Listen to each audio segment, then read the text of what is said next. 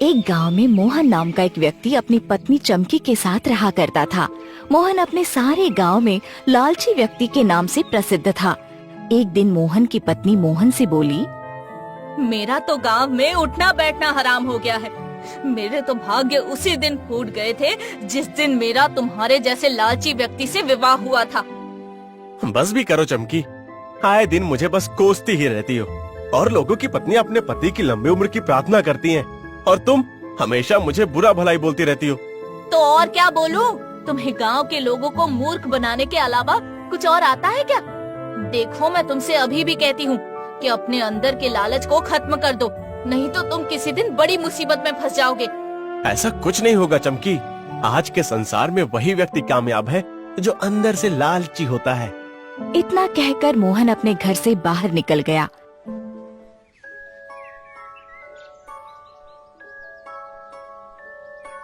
वो कुछ कदम ही चला था कि तभी उसके कानों में गांव के मुखिया की आवाज टकराई। अरे कहाँ जा रहे हो मोहन? दो बातें जरा हमसे भी करते जाओ। मोहन ने जैसे ही पलट कर देखा तो मुखिया उसे क्रोधित भरी अवस्था में घूर रहा था। मोहन उसकी ओर देखकर बोला, क्या बात है मुखिया जी, आपके चेहरे पर ये गुस्सा क्यों झलक रहा है? कुछ दिन पहले तुमने गांव के भोले भाले व्यक्ति बल्ली को सोने की चेन बेची थी ना? मुखिया की बात सुनकर मोहन आंखें चुराता हुआ बोला, अब हाँ मुखिया जी, बेची तो थी। तुम्हें शर्म आनी चाहिए मोहन, तुमने लालच की सीमा की हद ही पार कर दी है। तुमने एक पीतल के चेन में सोने का पानी फिरवाकर बल्ली को मूर्ख बनाकर उस बेचारे से मोटी रकम वसूली है। लाओ लाओ वो रकम मुझे दे दो, वो बेचारा गरीब आदमी है, मैं उसे वापस कर दूंगा। मुखिया जी, वो तो मैं खा गया। मेरी आंखों के सामने से दूर हो जाओ मोहन। मैं सिर्फ तुम्हारी पत्नी का चेहरा देखकर तुम्हें बर्दाश्त करता हूँ, नहीं तो मैं तुम्हें कब का इस गांव से धक्के देकर बाहर निकाल चुका होता। मोहन गुस्से से पैर पटकता हुआ गांव की सीमा से दूर एक पेड़ के नीचे बैठ गया।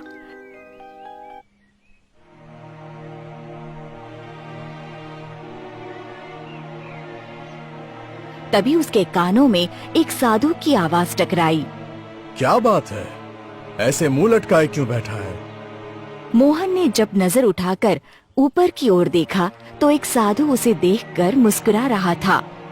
यहाँ से चले जाओ साधु बाबा, मेरा बातचीत करने का बिल्कुल भी मन नहीं है। मैं तो बस यही पूछ रहा था कि तुम इतने उदास क्यों बैठे हुए हो? मोहन साधु को कुछ देर पहले की अपनी और मुखिया की घटना के बारे में बताता हुआ बोला, उदास नहीं बैठूं तो और क्या करूं? गांव में मेरा कोई सम्मान नहीं करता।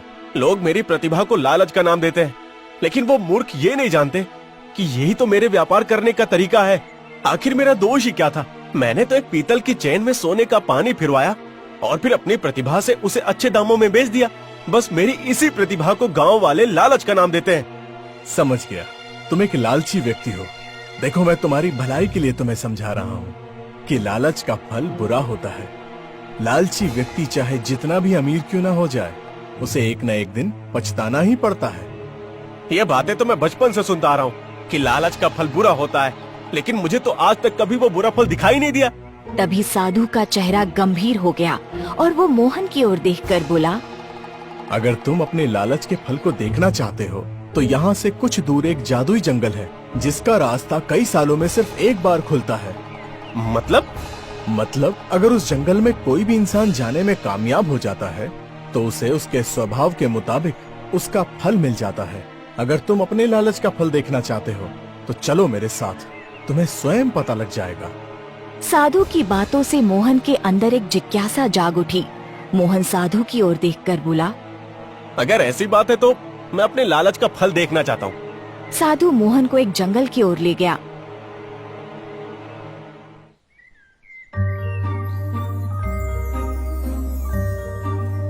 मोहन को जंगल की घनी झाड़ियों में एक बड़ा सा रंग बिरंगी आकार का लकड़ी का द्वार नजर आया। साधु मोहन को लेकर उस द्वार के अंदर प्रवेश कर गया। अगले ही पल मोहन ने अपने आप को एक बहुत ही सुंदर जंगल में पाया। मोहन साधु की ओर देखकर बोला, साधु महाराज, ये तो बहुत सुंदर जंगल है। समझ नहीं आता कि मेरी नजर अब तक इस पर क्यों नहीं पड़ी। क्योंकि जिस दरवाजे से तुम इस जंगल में पहुँचे हो वो दरवाजा वर्षों में कभी कभार ही नजर आता है, लेकिन वो किसी आम व्यक्ति को नजर नहीं आता। केवल मेरे जैसे दिव्य दृष्टि वाले साधु को ही नजर आता है। वो सब बातें छोड़ो साधु महाराज, मुझे मेरे लालच का फल तो दिखाओ।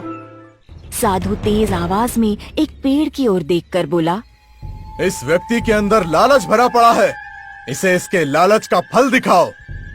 साधु ने इतना कहा ही था कि तभी उस पेड़ से एक सुंदर तोता, जिसका आकार और तोतों से बड़ा था, मोहन के कंधे पर आकर बैठ गया। साधु महाराज, ये तो तोता है। ये कोई आम तोता नहीं है, बल्कि ये तुम्हारे लालच का फल है। तभी तोता इंसानी आवाज में बोला, मुझे अपने साथ ले चलो, मैं तुम्हारी दुनिया देखना चाहता हूँ। लेकिन मैं तुम्हें अपने साथ क्यों ले चलूं? तुम जो सपने देखते हो, मैं वो तुम्हारे सारे सपने सच कर सकता हूँ। मोहन साधु की ओर देखकर बोला, क्या इस तोते को मैं अपने घर ले जा सकता हूँ? क्यों नहीं, लेकिन ये तोता तुम्हारे साथ कितने दिन तक रहेगा, ये इस तोते की मर्जी पर निर्भर करता है। मोहन उस तोते को अपने घर ले आया।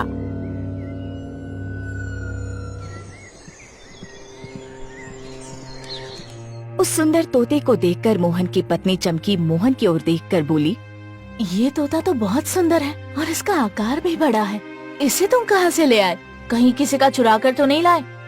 मोहन अपनी पत्नी चमकी को सारी घटना बताते हुए बोला, ये मेरे लालच का फल है चमकी।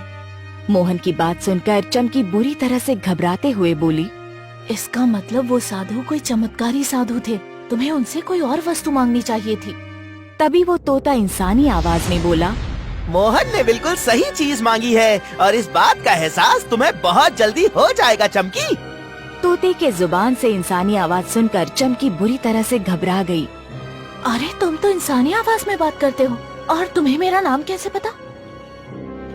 मैं एक जादुई तोता हूँ, मुझे सब पता है। तुमने कहा था तुम मेरे सारे सपने सच कर दोगे। मैं धनवान बनना चाहता हूँ, क्या तुम मेरे सपने सच करके दिखा सकते हो? क्यों नहीं, मेरी बात गौर से सुनो। तुम्हारे गांव के जमींदार चौधरी के खेत में उसके पुरखों का खजाना गड़ा हुआ है। तुम उस खजाने को निकाल लो, तुम अमीर बन जाओगे। तभी मोहन की पत्नी चमकी जादुई तोते से बोली, ये गलत बात है। अगर वो खजाना जमींदार के पुरखों का है तो ये एक तरह से चोरी हुई। कोई चोरी नहीं हुई, ये समझ लो कि वो खजाना मोहन के नसीब में लिखा है। अब देर मत करो, रात हो गई है, चलो और अभी उस खजाने को निकाल लो। मोहन तुरंत उस जादुई तोते को लेकर जमींदार के खेत में चला गया। तोता खेत की एक जगह पर बैठता हुआ बोला, इस जगह पर खोदो। मोहन फावड़ा लेकर उस जगह की खुदाई करने लगा। लगभग 2 घंटे के बाद मोहन को एक बहुत पुराना बक्सा नजर आया। मोहन ने उस बक्से को निकाल लिया। अब इस बक्से को खोल कर देखो। मोहन ने जैसे ही उस बक्से को खोला तो उसमें सोने और चांदी के सिक्कों का ढेर लगा हुआ था।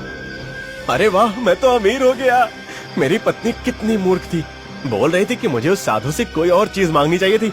अब मुझे विश्वास हुआ कि लालच का फल खट्टा नहीं बल्कि मीठा होता है। अब ज्यादा बातें मत करो, इससे पहले कि कोई तुम्हें देख ले, जल्दी से खजाने को अपने घर ले जाओ। मोहन बक्से को अपने घर ले आया।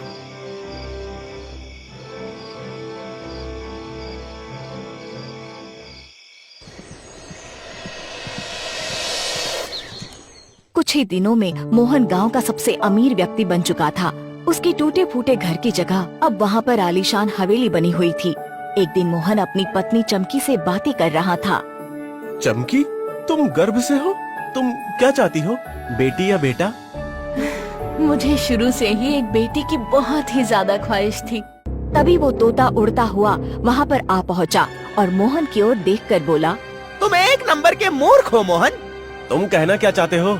अगर तुम्हारे घर में बेटी जन्म लेगी तो तुम्हें उसका विवाह करना पड़ेगा और बहुत ज्यादा धन खर्च करना होगा। तुम्हें बेटी की ख्वाहिश नहीं बल्कि एक बेटे की ख्वाहिश करनी चाहिए। तुम्हारा बेटा आगे जाकर तुम्हारा और ज्यादा फायदा करवा सकता है। और वो कैसे? मूर्ख मोहन, बेटी का जब विवाह होता है तो पिता को बहुत सारा धन खर्च करना पड़ता है, और जब बेटे का विवाह होता है तो धन जाता नहीं बल्कि उल्टा आता है। और फिर अब तुम बहुत ज्यादा अमीर हो चुके हो, आखिर तुम्हारी इतनी संपत्ति कौन संभालेगा? तुम बिल्कुल सही कह रहे हो जादुई तोते, ये तो मैंने बिल्कुल सोचा ही नहीं। क्या खाक सही कह रहा है? बिल्कुल गलत बोल रहा है। मैं अभी भी कहती हूँ, इस तोते को दफा कर दो। वैसे भी हम जिस हवेली में रह रहे हैं वो हवेली भी हमारी नहीं है। हमारी नहीं है तो किसकी है? मत भूलो कि इस तोते ने तुम्हें जमींदार चौधरी के खेत में उसके पुरखों का गड़ा हुआ धन निकालने की सलाह दी थी, जिसकी वजह से तुम इतने अमीर हुए हो। और अब ये बेटी की जगह बेटे की सलाह दे रहा है। मुझे तो ये तोता फूटी आँख नहीं सुहाता। अपनी पत्नी चमकी की बात सुनकर मोहन गुस्से से आग बबूला हो गया। बकवास बंद करो चमकी। इतना बोलकर मोहन तोते की ओर देखकर बोला, क्या तुम ये चमत्कार कर सकते हो कि मेरे यहाँ एक पुत्र हो? हाँ हाँ, क्यों नहीं, मैं एक जादुई तोता हूँ। इतना बोलकर तोते की आंखों से सफेद रंग की किरणें निकलने लगी। अचानक चमकी बेहोश हो गई। तोता मोहन की ओर देखकर बोला, अब तुम्हारा पुत्र ही होगा।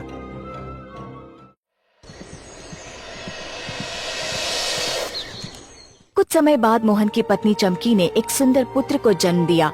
समय ऐसे ही बीतता रहा और 20 वर्ष कब बीत गए मोहन को पता ही नहीं चला। मोहन का पुत्र विवेक अब जवान हो चुका था, जो दिन भर आवारागर्दी करता और जुआ खेलता रहता। एक दिन मोहन की पत्नी, जो अब बूढ़ी हो चुकी थी, मोहन से बोली, तुम विवेक को समझाते क्यों नहीं? दिन भर आवारागर्दी करता रहता है और अब तो वो जुआ भी खेलने लगा है। तुमने सही कहा चमकी, मैं काफी दिनों से विवेक को डांटने के बारे में ही सोच रहा हूँ। मोहन ने इतना कहा ही था कि तभी वो तोता उड़ते हुए फिर से वहाँ आ पहुँचा और मोहन की ओर देखकर बोला, तुम मूर्ख के मूर्ख ही रहोगे मोहन। क्या मतलब है तुम्हारा? अरे तुम्हारा बेटा जुआ खेलता है, लेकिन शायद तुम्हें ये नहीं मालूम कि वो जुए में हमेशा जीतता है। अगर तुम उसका जुआ खेलना बंद करवा दोगे तो फिर धन आना बंद हो जाएगा। तोते की बात सुनकर चमकी क्रोधित होते हुए बोली, बकवास बंद करो जादुई तोते।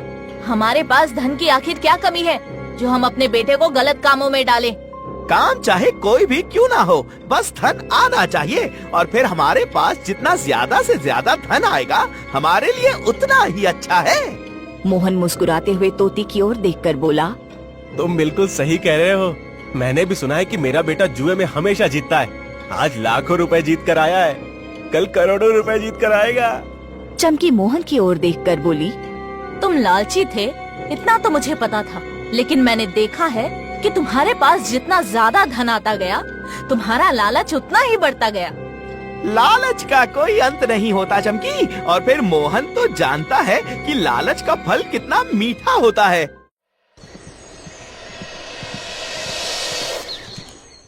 अगले दिन मोहन अपनी हवेली के बाहर बैठा हुआ था कि तभी उसकी हवेली का एक नौकर दौड़ता हुआ आया और मोहन की ओर देखकर बोला, अरे गजब हो गया सेठ जी, जो नहीं होना चाहिए था वो हो गया। क्या हुआ? तुम इतने घबराए हुए क्यों?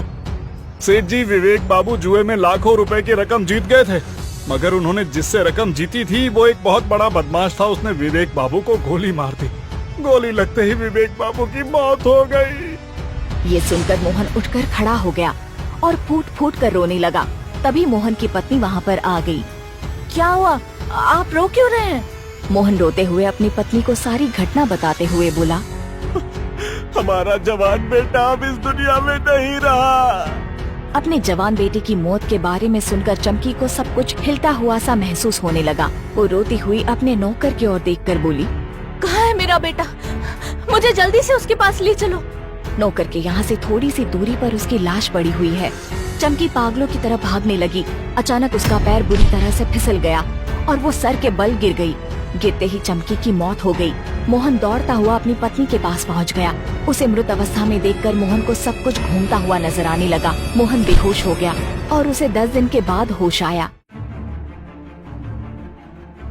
होश आने पर उसे पता चला कि पत्नी और उसके बेटे विवेक का अंतिम संस्कार गांव वालों ने कर दिया है। मोहन की अवस्था पागलों जैसी हो गई। तभी वो जादुई तोता मोहन के पास आकर बोला, अब मेरे जाने का समय हो गया है। तुम भी मुझे छोड़कर जा रहे हो तोते? तुमने तो कहा था मैंने जो सपना देखा है वो तुम वो सारे सपने सच कर दोगे। लेकिन मैंने इस तरह का सपना तो नहीं देखा था। तुमने जो सारे सपने देखे थे वो सारे सपने मैंने सच कर दिए, लेकिन तुम्हारे सपनों का आखिरी अंजाम यही लिखा था। तोते की बात सुनकर मोहन चौंक पड़ा। तभी वहाँ पर रंग बिरंगी किरणों के साथ वही साधु प्रकट हो गए और मोहन की ओर देखकर बोले, इस तोते ने कुछ भी गलत नहीं कहा मोहन। तुमने अपने लालच के फल को इस तोते को समझा, जबकि सही मायने में तुम्हें तुम्हारे लालच का फल अब मिला है। दरअसल ये तोता कोई और नहीं बल्कि तुम्हारे मन के अंदर का लालच है, जो कि एक तोते के रूप में है, और तुम हमेशा अपने मन के लालच की बात सुनते रहे। लालच का यही अंजाम होता है मोहन। उसके पास दुनिया का हर ऐशो आराम दौलत होती है, मगर अफसोस फिर भी वो अपना सारा जीवन अकेले ही काटता है। आज तुम्हारे पास सब कुछ है, लेकिन तुम्हें अपनी जान से ज्यादा प्रेम करने वाली तुम्हारी पत्नी आज तुम्हारे साथ नहीं है, और तुम्हारा पुत्र जिसकी असमय मौत हो गई। अगर तुम अपने लालच की बात न सुनकर अपने मन के अंदर की बात सुनते, आज तुम्हारे साथ ये सब कुछ ना होता और तुम आज खुश होते। इतना बोलकर साधु और तोता वहाँ से गायब हो गए। मोहन समझ चुका